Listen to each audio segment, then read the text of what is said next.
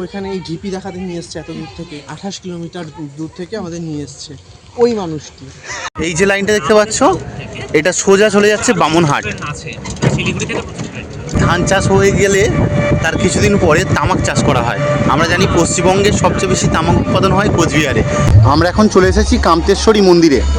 এরকম সিঁড়ি করা, আর আমরা এখন উপর দিকে উঠছি, দেখা যাক কে আছে। Good afternoon from Cooch Behar. আর আজকে আমরা যাচ্ছি দিনহাটা ঘুরতে আর তোমাদেরকে ঘুরিয়ে দেখাতে। তো চলো শুরু করা যাক সত্যি মাইরির আরও একটা নতুন ব্লগ। আজকে আমরা 4 জন যাচ্ছি, শুভ আছে, সৌরভ আর মৌলি। শুভ হাই বলো একটু। কোচবিহার শহরটা ছেড়ে এখন পার করছি তোরসা ব্রিজ, ঘুঘুমারি।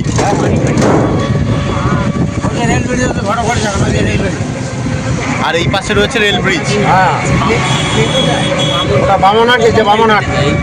আচ্ছা আচ্ছা, উত্তরবঙ্গ এখান থেকে যায়। হ্যাঁ, উত্তরবঙ্গে চলেছে রোড এটা, বামনহাট। চিংড়ি মাটি তোলা, চিংড়ি মাটি।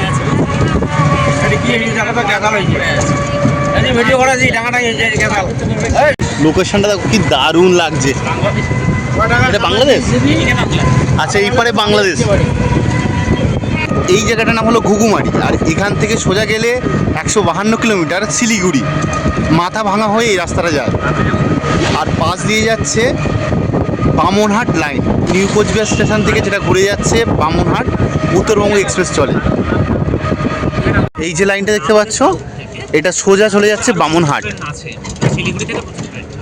এখন আমরা পুরো গ্রামের ভিতর দিয়ে যাচ্ছি, আর এর পরিবেশটা কিন্তু দারুণ লাগছে, পুরো অন্য রকম।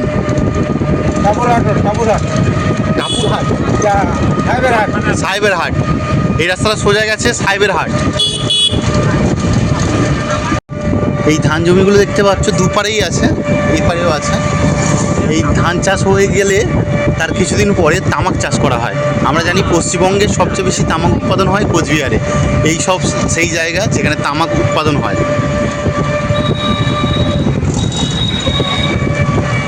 আজকে আমরা যাচ্ছি কোচবিহার শহরের 30 থেকে 35 কিলোমিটার দক্ষিণে অবস্থিত গোসানিমারি গ্রামে। এই গ্রামে অবস্থিত একটি বিশাল ঢিপি, যার নাম রাজপাট। প্রচলিত গল্পে এই ঢিপির নিচে রয়েছে এক বিশাল রাজপ্রাসাদ। এই অঞ্চলে আনুমানিক 1500 শতাব্দীর মাঝামাঝি খেন নামে একটি রাজবংশের শাসন ছিল। খেন রাজবংশের 3 জন রাজা নীলধ্বজ, চক্রধ্বজ ও নীলাম্বর শাসন করেছিলেন। নীলাম্বর ছিলেন শেষ রাজা। আর এই রাজার রাজত্ব ছিল কোচবিহার, জলপাইগুড়ি ও আসামের গোয়ালপাড়া, এইসব জায়গা মিলিয়ে তৈরি করেছিলেন ছোট্ট রাজত্ব কামতাপুর। তখন এই কামতাপুরের পাশে ছিল বাংলা। তখন বাংলার শাসক ছিলেন আলাউদ্দিন হোসেন শাহ। বিভিন্ন রাজনৈতিক কারণের ফলে বাংলার শাসক এই কামতাপুর দুর্গ আক্রমণ করেন।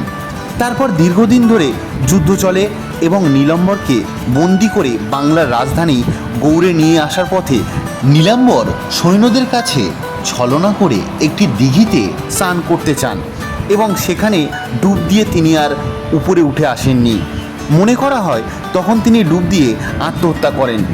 এই রাজপাটে আর্কিওলজিক্যাল সার্ভে অফ ইন্ডিয়া 1998 আর 2000 সালে খনন কার্য চালায়। আমি গল্পটাকে খুবই ছোট করে বলেছি।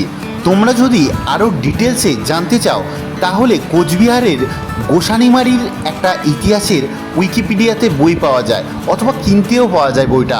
তোমরা ওই বইটা থেকে পড়ে নিতে পারো। তাহলে চলো এই গ্রাম বাংলার প্রকৃতি দেখতে দেখতে আমরা পৌঁছে যাই গোসানিমারি।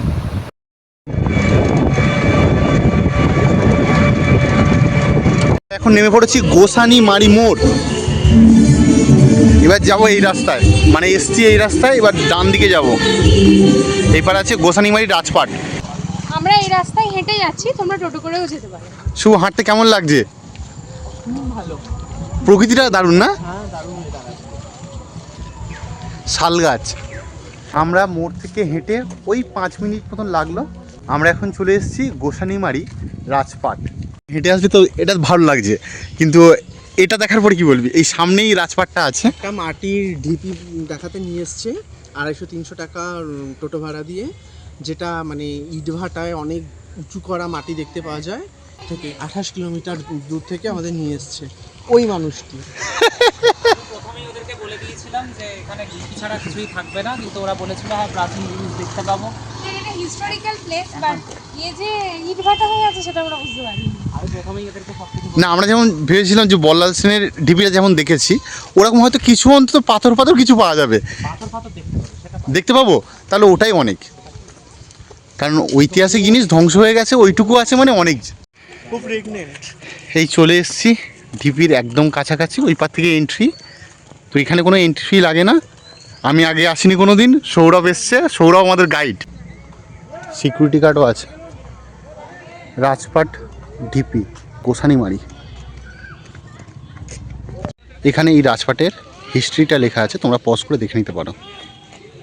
এখান থেকে এরকম সিঁড়ি করা রয়েছে আর মাটি উঁচু হয়ে আছে, এরকম সিঁড়ি করা। আর আমরা এখন উপর দিকে উঠছি, দেখা যাক কে আছে। পুরোটাই ফাঁকা দেখছি, মাটির ঢিপি ছাড়া কিছুই নেই। এবার উপরে উঠে দেখা যাক কি আছে না আছে। উপরটা এরকম পুরোটা ফাঁকা, আর এখানে দেখতে পাচ্ছি কিছু একটা আছে। এই পারে দেখতে পেলাম কিছু একটা আছে, তো এই পারের দিকে যাচ্ছি এখন। ওই পারেও আছে, তো ফার্স্ট এটা দেখে নিই, তারপরে ওই পারে যাব। আর্কিওলজিক্যাল সার্ভে অফ ইন্ডিয়া খনন কার্য চালিয়ে এই কুয়োটাকে উদ্ধার করেছে, তবে এটা খুব একটা গভীর নয়।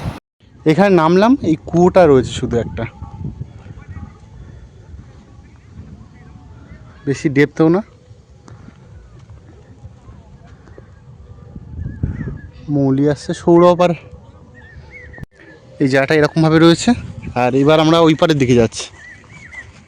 মনে হয় এই আশপাশের ছেলেমেয়েরা প্রেম করতে আসে এখানে, তাছাড়া দেখার কিছুই নেই। এপারের মাটিগুলো এখন ধসে গেছে, কয়েকটা জায়গায় এরকম পাথর পড়ে আছে। এই পারে আছে, এই পারে অনেক কটা পাথর পড়ে রয়েছে। আর এখন এই জায়গাটা দেখেছি, এই জায়গাটাও একটা কুয়ো মতন আছে, একই রকমই দেখতে। আর এই কয়েকটা জায়গায় ছিন্ন বিচ্ছিন্নভাবে পাথর পড়ে রয়েছে। তো আদার্স কিছু নেই, ভাঙা প্রায়। আর দেখি আশেপাশে কিছু আছে কিনা। আর এখানে কয়েকটাই পাথর পড়ে রয়েছে, আর তেমন কিছু নেই। পাশে এরকম ফাঁকা জায়গা, এরকম পুরো ফাঁকা জায়গা, আর তেমন কিছুই নেই। তো চলো, তবু একটা রাজবাড়ির অংশ এটা দেখা কমপ্লিট হয়ে গেল। এখন আমরা এখান থেকে বার হয়ে যাব, কারণ বৃষ্টি নামছে। আর এখানে আমাদের কাছে না আছে ছাতা। এখানে দাঁড়ানোর জায়গা বলতে নিচে কয়েকটা দোকান আছে, দাঁড়াও তোমাদের নিচে গিয়ে দেখাচ্ছি। আর এখান থেকে এখানে অনেকটা হেঁটে যেতে হবে। তো চলো এখান থেকে তাড়াহুড়ো করে বার হয়ে যায়। এবার আমরা এইখান থেকে এবার নিচে নেমে যাচ্ছি। আর 4-5টা এরকম আছে। এই জায়গাটা খোলা থাকে 10টা থেকে বিকেল 5:30 পর্যন্ত। মৌলিকে রোগা বানিয়ে দেবো, স্লিম বানিয়ে দেবো, কিন্তু বৃষ্টি নামছে। যারা চামার একটা দোকানও আছে, এখান থেকে খাওয়া দাওয়া করা যাবে। এখান থেকে এন্ট্রি করেছিলাম, তো এখন এইখান থেকে হেঁটে যাব, টোটো নেই। এই মোড় থেকে আমরা কামতেশ্বরী মন্দির যাওয়ার জন্য মোড়ের নাম টোটো নিয়ে নিলাম। আমরা এখন চলে এসেছি কামতেশ্বরী মন্দিরে। চলো ভিতরে প্রবেশ করা যাক। বৃষ্টি পড়ছে খুব, মন্দিরের ভিতরটা অন্ধকার পুরো। এখানে বোধহয় কিছু একটা আছে, কিছু দেখানো যাচ্ছে না, পুরো অন্ধকার। আর বৃষ্টি যা পড়ছে, আমরা জোরে এখন মন্দিরের দিকে যাচ্ছি। ভিতরটা বেশ ভালো, গাছপালায় ভর্তি রয়েছে, আর সামনে রয়েছে মন্দির। এখন এসছি, মন্দির বন্ধ হয়ে গেছে। এখন বাজে 5:47। আমি জানলাম তোমাদের ইতিহাস তো।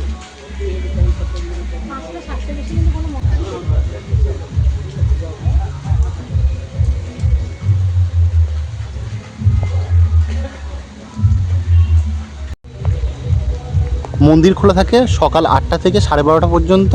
তারপরে সন্ধ্যে 6টা পর্যন্ত মন্দির প্রাঙ্গণ খোলা থাকে, অন্য দেবদেবীকে দর্শন করা যাবে, কিন্তু মেন যে মা আছেন তার মূর্তি আর দেখা যাবে না। সকাল 8টা থেকে 12:30টার মধ্যে আসতে হবে।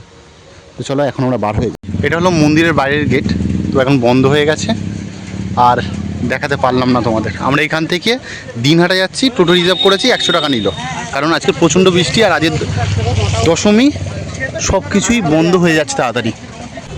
আমরা কামতেশ্বরী মন্দির ঘুরে এখন চলে এসেছি দিনহাটা মোড়ে, আর এখান থেকে বাস ধরে এবার যাব কোচবিহার। দিনহাটার এটা মেন রাস্তা, এখানে তো 5টা মোড় আছে, এখানে 5 দিকে রাস্তা আছে, একটা রাস্তা এই একটা আমরা এই পার থেকে এসেছি আর যাবো এই দিকে দিনহাটার গেট।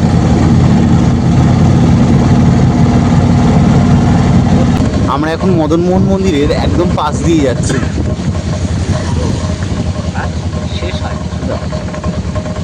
শুধু লাইটিংটা করে তুমি দেখো।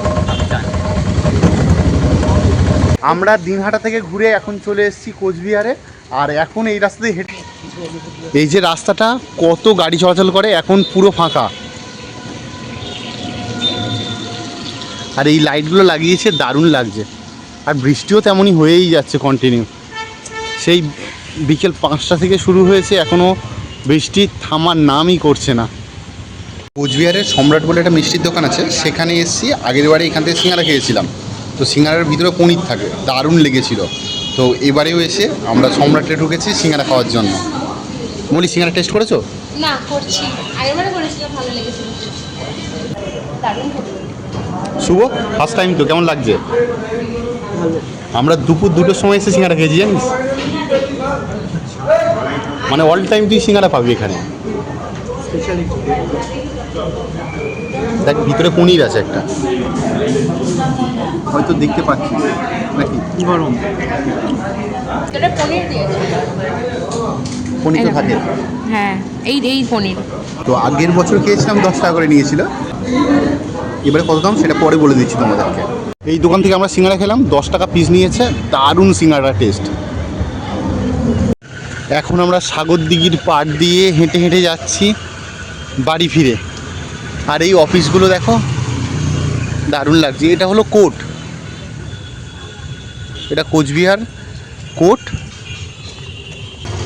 এটা মহারাজা নৃপেন্দ্র নারায়ণের মূর্তি। বাড়ি যাওয়ার পথে আমরা ক্রিপসি চিকেন খাওয়ার জন্য সিএফসি তে বসে আছি। কেএফসি নয়, কিন্তু সিএফসি। টোকেন নম্বর 60। এখন 50 চলছে, দেখা যাক। তার আগে একটা কোল্ড ড্রিঙ্কস নেওয়া হয়েছে। আমরা নিয়েছি সিএফসি থেকে ক্রিপসি চিকেন। বাফেলো উইংস খাবি?